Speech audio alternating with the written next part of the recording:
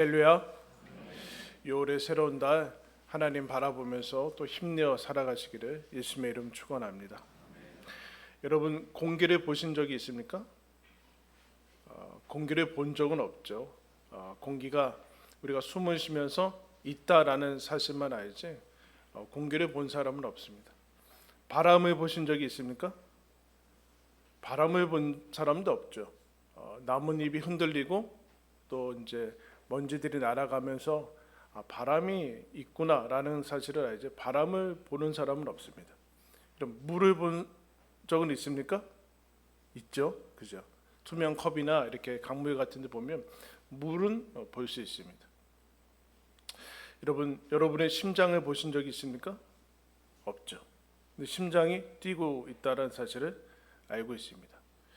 여러분 오늘 우리가 읽은 말씀에 예수님께서 여러 가지 사건과 이적과 기적들을 일으키면서 무엇에 초점을 맞추시는가?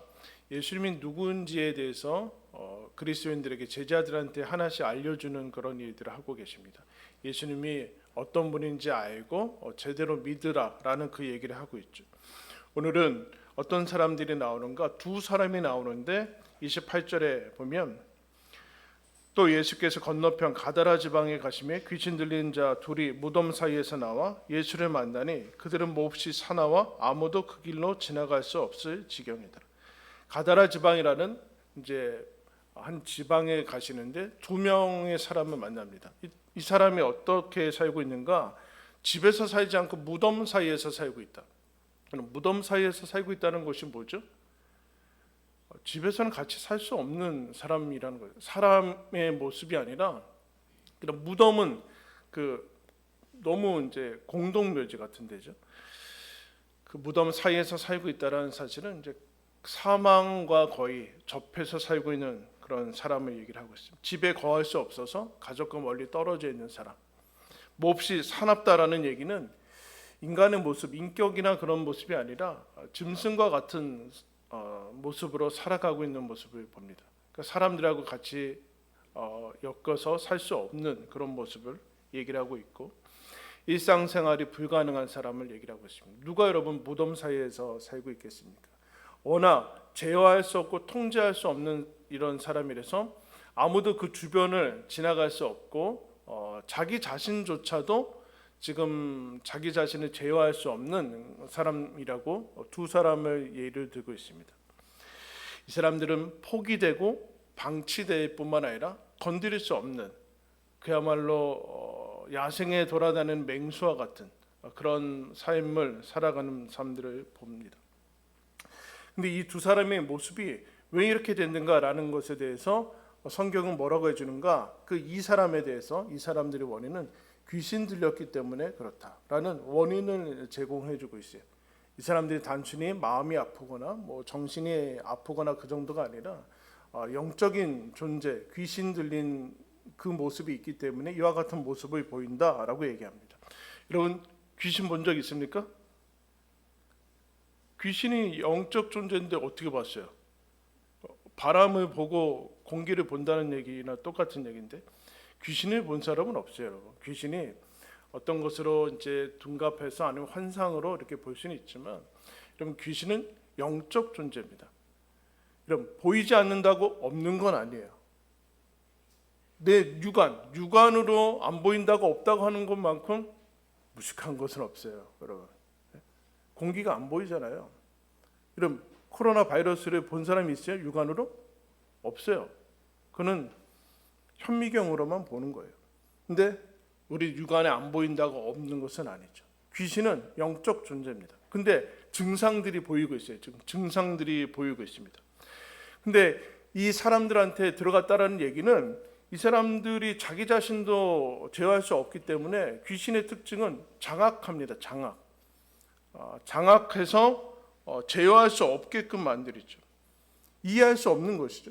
영적 세계는 보이지 않는 세계이고 또 보이지 않기 때문에 더 이해할 수 없는 이성을 넘어서는 그런 세계인데 이해할 수 없다고 일이 일어나지 않는 것은 아닙니다, 여러분. 내 이성의 이해의 과학의 그 범위 안에서만 일이 일어나는 것은 아니에요.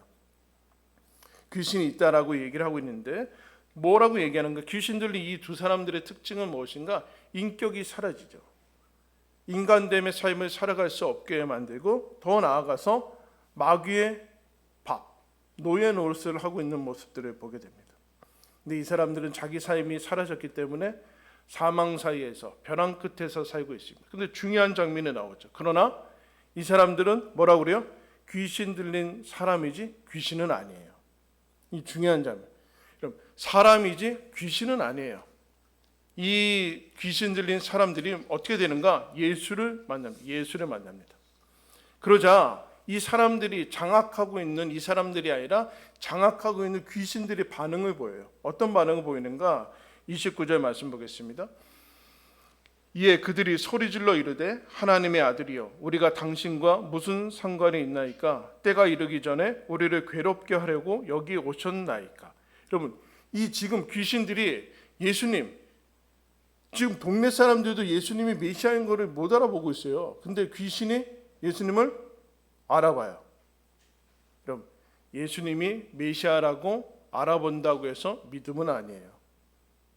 야고보서에서 얘기하잖아요. 너가 하나님이 한 분인 줄을 믿는 자 잘하는도다. 귀신들도 믿고 떠든다. 귀신들도 안다라는 얘기예요. 귀신들이 예수님이 육신의 모습으로 왔지만 영적 존재이기 때문에 하나님의 아들이 성자 하나님이라는 사실을 알고 있습니다. 그래서 여러분, 입으로 예수가 하나님의 아들이라는 것은 믿음은 아니에요. 그럼 귀신들도 알고 있다니까요. 그럼 귀신들의 특징은 무엇인가? 우리가 당신과 무슨 상관이 있나이까? 아무 상관없는 거죠. 상관없이 지내는 게 좀 마귀의 모습이에요. 그러면서 이런 얘기죠. 우리를 괴롭게 하려고 여기 왔나이까? 그런 얘기를 하는 건데 무슨 얘기냐? 귀신의 특징, 귀신의 영향을 받는 그 특징들은 무엇인가? 예수 앞에서 반항적이고 불순종하고 대적하고 이런 모습을 보이는데 왜 그러는가? 왜 이때 왔냐? 왜 먼저 왔습니까? 라는 얘기는 귀신과 마귀는 여러분 최종 심판이 정해진 존재입니다. 마치 귀신이 회개하고 타락한 천사인데 마귀가 천사장이었는데 타락해서 뭐 그 부하들 데리고 나와서 지금 흔히 공중 권세 잡아서 뭐 일하고 있는데 여러분 귀신은 최종 심판이 정해진 그런 피조물 중에 여러분 하나입니다. 마치 하나님과 선과 악이 동등한 존재로 마치 하나님과 악한 영이 동등한 존재로 대등한 존재로 얘기하지 않습니다.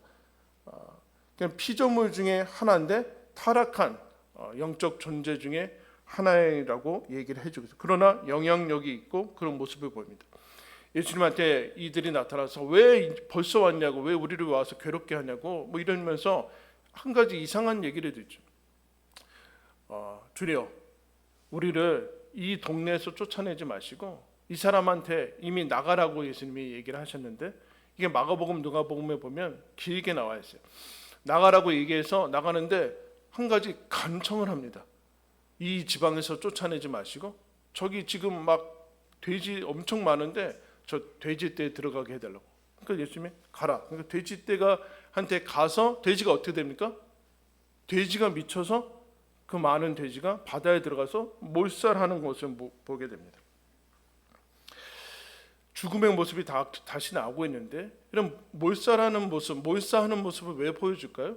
이 두 사람이 가만히 예수님을 안 만나고 가만히 있었으면 그렇게 됐을 거라는 그 얘기를 이제 해주고 있어요. 근데 무슨 일이 벌어졌는가? 두 가지 일이 벌어졌죠.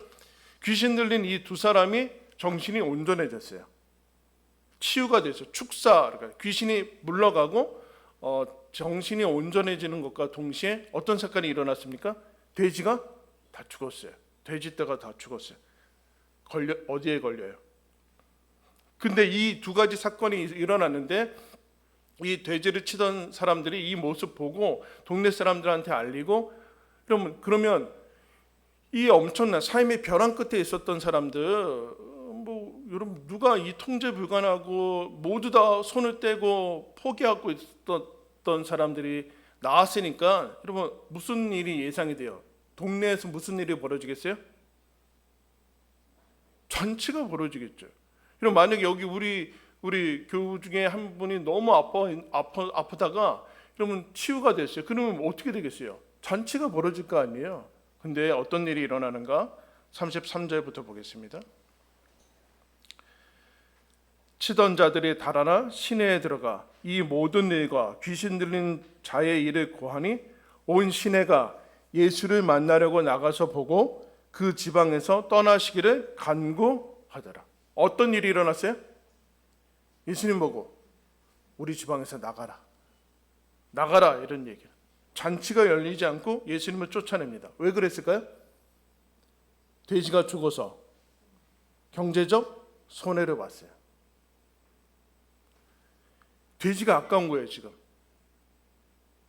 이 귀신 들려서 삶을 사람이라고 할 수 없는 사람들이 나은 것보다 돼지가 죽은 게 아까운 거예요. 여러분 어떠세요? 여러분도 여기에 걸립니까? 여러분 어때요?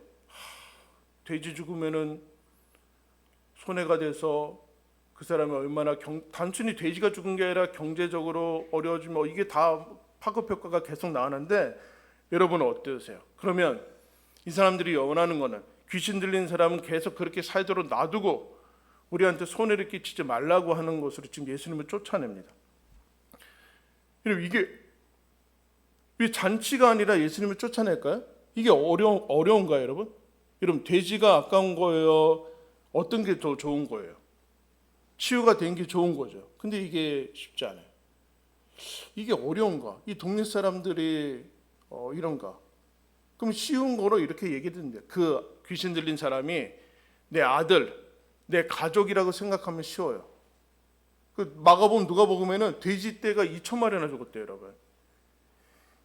그 2,000마리에 그러니까 2명한테 2,000마리로 들어갈 귀신들이 다 들어가 있었던 거예요. 이름을 군대라고 얘기했는데 여러분 우리가 이 사람이 만약에 내 가족이고 내 아들이고 그랬다면 돼지 떼가 아깝지 않겠죠. 그죠? 여러분 만약에 여러분 자녀가 누가 아프면은 돈이 얼마나 들어오면은 포기할 거예요? 아니잖아요. 얼마든지 줘도 돼지건 뭐건 소건 다 온 세상의 돼지를 다 갖다 줘도 치유하고 낫게 할 거 아니에요. 그죠? 근데 그렇지 않고 있어요, 지금.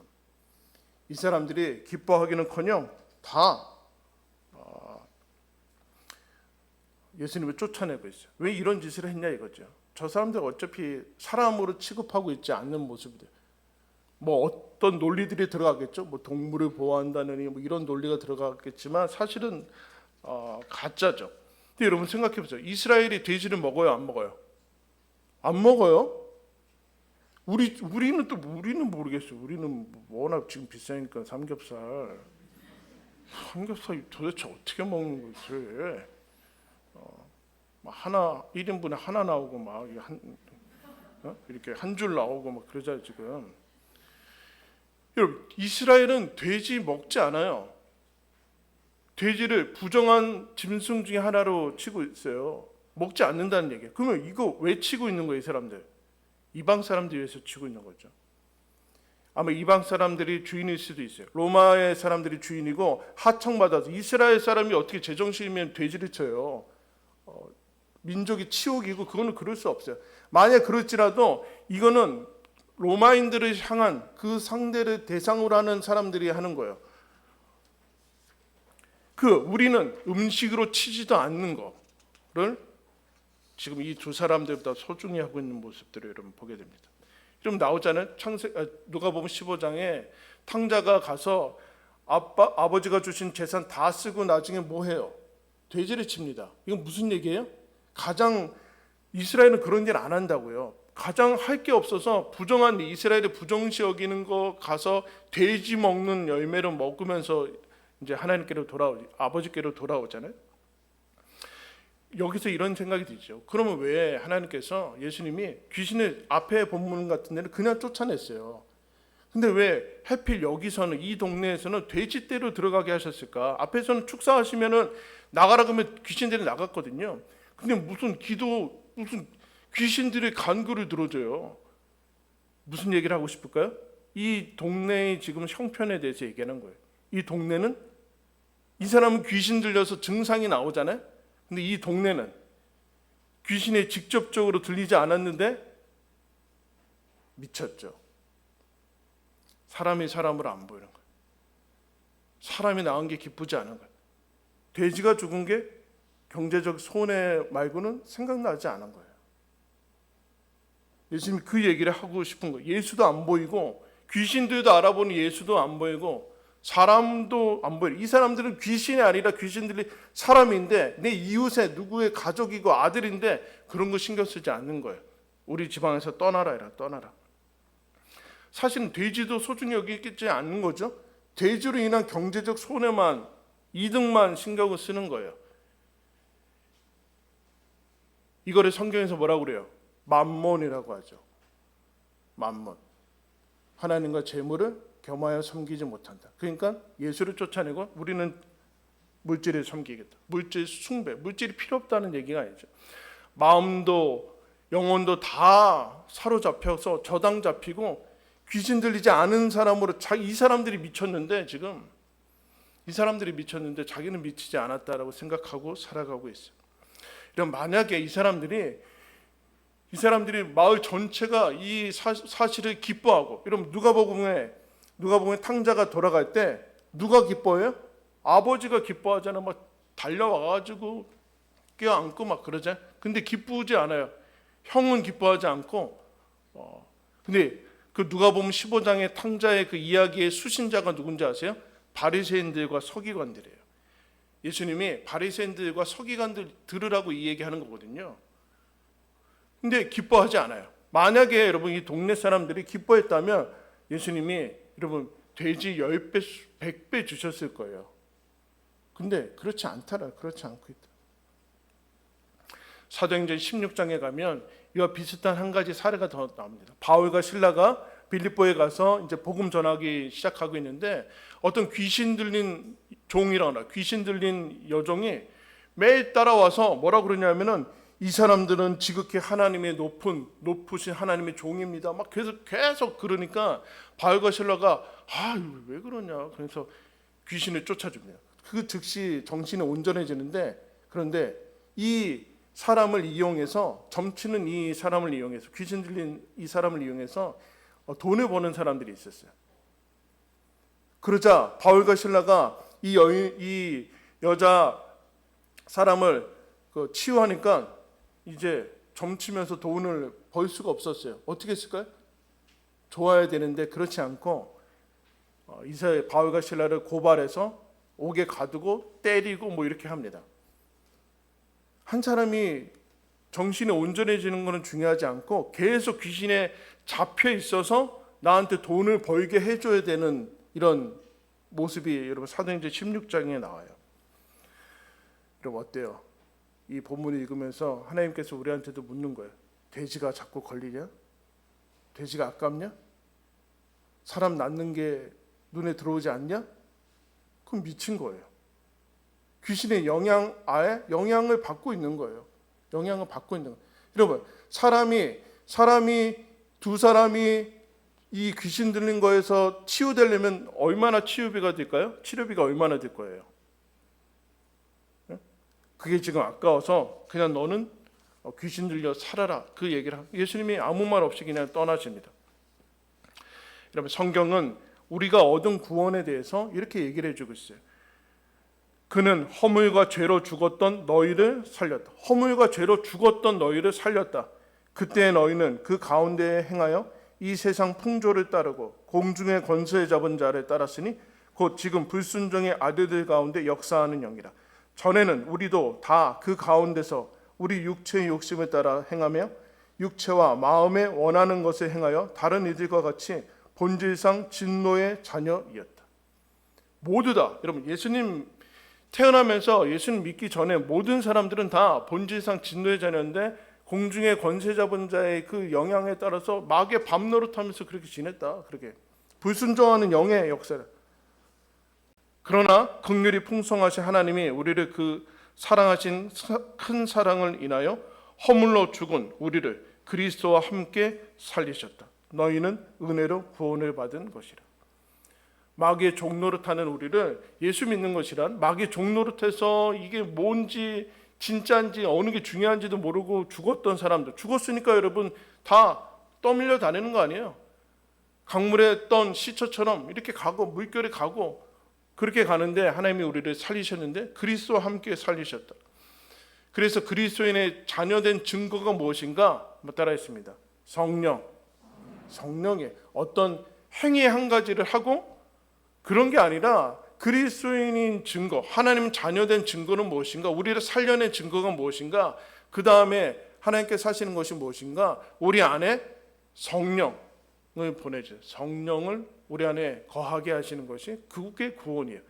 그리스도인과 비그리스도인의 차이는 어떤 행함의 차이가 아니라 그 안에 성령이 있는가의 차이예요. 그럼 다른 사람들은 다 귀신 들렸는가? 그렇지 않을 수 있죠. 직접적인 귀신이 안 들릴 수 있어요. 그러나 성령은 없어요. 그 영향하에서 사는 거예요. 악한 영에 사로잡혀서 종노릇하는 사람들을 살려서 하나님께서 하나님의 영을 부어주신 거, 그게 여러분 성령이에요. 오늘 교회력으로 성령 강림주일이라고 그래요.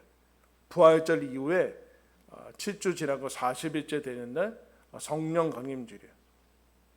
여러분 성령이 이 땅에 2000년 전에 처음 오실 때 예수님이 부활하시고 승천하셨습니다. 부재하세요. 드디어 육신으로 보았던 예수님이 제자들 곁을 떠나십니다. 언제 오실지 모르는 기약을 하고 가세요. 내가 다시 올 건데, 그리고 내 이 빈자리를 보혜사 성령을 보내겠다. 그 자리를 채울 것이다. 그러나 며칠 있다 온 거라고 얘기를 하지 않고 있어요. 그래서 제자들은 예수님이 떠난 그 상실과 그 빈 공간을 어떻게 하는가? 함께 모여서 기다리고 기도합니다. 그 표현을 그렇게 쓰고 있어요. 헨리 나우엔이라는 사람이 제자들은 예수님이 가신 그 상실과 그 슬픔을 함께 울면서 기다린다. 슬픔과 상실을 온전히 슬픔과 상실에 충실했다. 그렇게 하고 있어요. 약속이 충만하지 않고 예수님이 떠난 그 빈자리, 허전함, 슬픔, 그리고 무엇이 올지 모르는 것 같은 그런 두려움 속에서 같이 기도하면서 울면서 가장 연약한 그 지점에 하나님께서 성령을 보내주시고 하나님을 계시해 주십니다. 함께 슬픔과 상실을 맛보는 그 연약한 지점에 성령을 보내주셔서 기쁨에 여러분 나아가게 하세요. 예수님이 이런 얘기를 하셨거든요. 떠나기 전에 내가 아버지께 구하겠으니 그가 또 다른 보혜사 너희에게 주사 영원토록 너희와 함께 있게 하리니 그는 진리의 영이라. 세상은 능히 그를 받지 못하나니 이는 그를 보지도 못하고 알지도 못함이라. 그러나 너희는 그를 아나니 그는 너희와 함께 거하시며 또 너희 속에 계시겠습니다. 내가 너희를 고아와 같이 버려두지 아니하고 너희에게로 오리라. 예수님이 어떻게 한대요? 성령을 보내서 너희 속에 계시겠습니다. 여러분 성령님이 예수를 주로 고백하는 저와 여러분 안에 여러분 거하십니다. 아멘. 믿으셔야 돼요. 보이는 문제가 아니에요. 이해할 수 있는 그런 문제가 아니라 우리가 그리스도인에 된 증거 중에 하나, 하나님이 홀로 두지 아니하시고 우리를 장악하지 않으시고 통제하지 않으시고 인도하시고 보혜사 상담하시고 위로하시고 때로는 찔리게 하시고 그러나 따뜻하게 위로하시고 그러면서 우리를 이끌어 가세요. 같이 이끌어 가세요. 하나님의 자녀로 이끌어 가신다라는 거. 여러분 귀신 들린 자를 치유합니다. 뭐하러 치유했을까요? 사람이기 때문에 그렇습니다. 이 사람도 하나님의 사람이다. 하나님께서 우리를 구원하기 위해서 아까울 것이 없다. 아들을 주셨어요. 돼지 때 그런 정도가 아니라 아들을 주셨어요. 그러면서 이런 얘기하는 거예요. 모든 사람이 온 세상이 너를 포기해도 나는 포기 안 한다. 모든 동네가 너를 포기하고 구제불능이라고 이미 저 사람은 아무 소용이 없다라고 해도 예수님은 구원하신다. 예수를 만나면 된다. 예수를 만나면 귀신이 떠나고 마귀가 물러가고 사망이 힘을 잃고 삶은 회복된다. 예수를 만나면 된다. 예수님이 저와 여러분을 그렇게 여기로 부르셨습니다. 그렇게 구원해 내셨어요. 우리가 하나님의 영, 성령의 사람들이라는 사실을 다시 한번 여러분 굳게 믿으시고 하나님이 주신 이 그리스도인의 삶을 생명력 있게 생기 있게 살아 나가시기를 예수님의 이름으로 축원합니다. 기도하겠습니다.